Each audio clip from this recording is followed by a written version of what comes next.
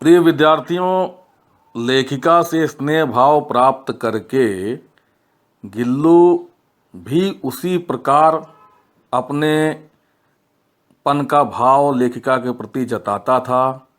उनके प्रति विशेष लगाव रखते हुए इतना घुल मिल गया था जैसे छोटा बच्चा अपने माँ से लिपट जाता है और विभिन्न प्रकार से हाव भाव प्रकट करके उनके प्रति स्नेह भाव दर्शाता है। एक बार की बात है, मोटर दुर्घटना में लेखिका घायल हो गई थी और कुछ दिन अस्पताल में उन्हें रहना पड़ा।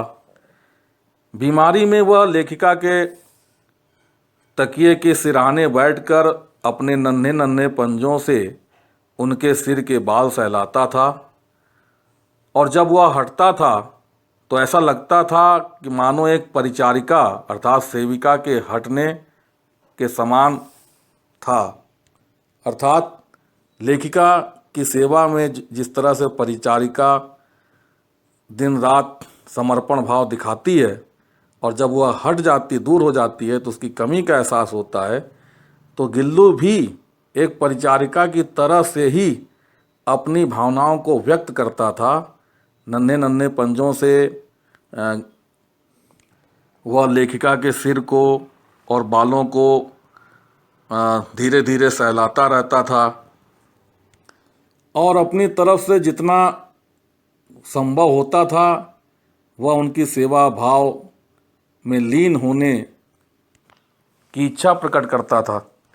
और लेखिका ने तो एक जगह यह भी स्पष्ट कराया कि जब मोटर दुर्घटना में वह घायल हो गई थी और कुछ दिन उन्हें अस्पताल में रहना पड़ा था, तो गिल्लू ने उसके पीछे अपना प्रिय खाद्य पदार्थ काजू भी नहीं खाया था और लेखिका के घर लौटने पर वह अत्यधिक प्रसन्नता का भाव व्यक्त किया था।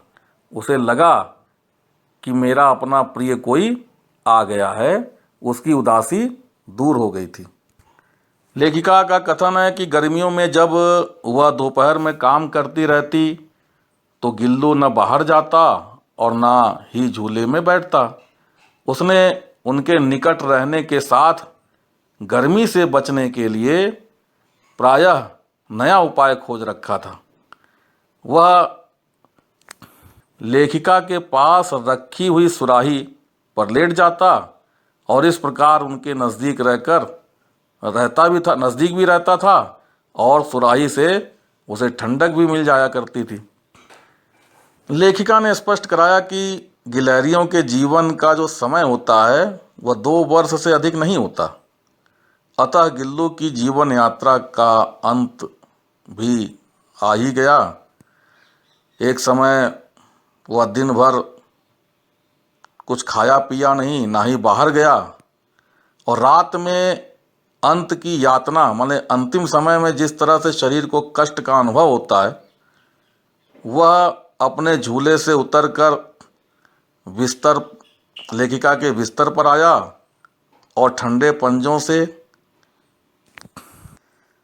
लेखिका की उसी उंगली को पकड़ लिया और उस उंगली से चिपक गया जिसे उसने अपने बचपन में मरने की स्थिति में पकड़ा था। मरणासन का मतलब होता है जो मृत्यु के निकट पहुंच गया हो, मरने जैसी स्थिति में आ गया हो। लेखिका को उसके पंजे के ठंडे होने का एहसास हुआ और वह जागकर हीटर जलाई, गर्मी देने का प्रयास की। लेकिन वह दिन भी आ गया कि प्रातः की पहली किरण के स्पर्श के साथ ही वह गिल्लू अपना प्राण त्याग दिया और सदा के लिए सो गया। तो इसके बाद गिल्लू जिस झूले में प्रायः रहता था उस झूला को उतार कर रख दिया गया।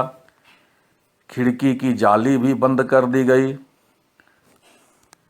और फिर लेखिका ने सोन जूही की लता के नीचे गिल्लू की समाधि बना दी और लेखिका को यह विश्वास था कि एक न एक दिन गिल्लू जूही के छोटे से पीले फूल के रूप में फिर से खिलेगा और वह फिर से उसे अपने आसपास। बच्चों, यह सत्य है कि जिसने जन्म लिया है उसकी मृत्यु भी निश्चित है, लेकिन जीवन खुशी का अनुभव कराता है तो मृत्यु दुख का।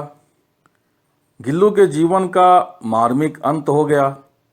सुबह का उजाला पुनः फैलाने के लिए वह मृत्यु की गोद में समा गया था। उसने पूरे पारिवारिक माहौल को, वातावरण को दुख से भर दिया। जिन्हें परिवार के सदस्य की भांति पाला पोसा गया हो, और जब वह वही छोड़कर चले जाते हैं तो जीवन को अपार कष्ट सहन करना पड़ता है और दुखद स्थिति बन जाती है। गिल्लू भी महादेवी के लिए पारिवारिक सदस्य की भांति था। उसके साथ अटूट लगाव था, परंतु अधूरेपन व कम समय का अनुभव कराकर गिल्लू का प्रभात की प्रथम किरणों के रूप में मौत की गोद में सो जाना लेखिका को पूरी तरह से झकझोर कर रख दिया। मृत्यु पर किसी का वश नहीं चलता, इसी कारण सभी हाथ पर हाथ रखकर बैठने के सिवा कुछ नहीं कर सकते।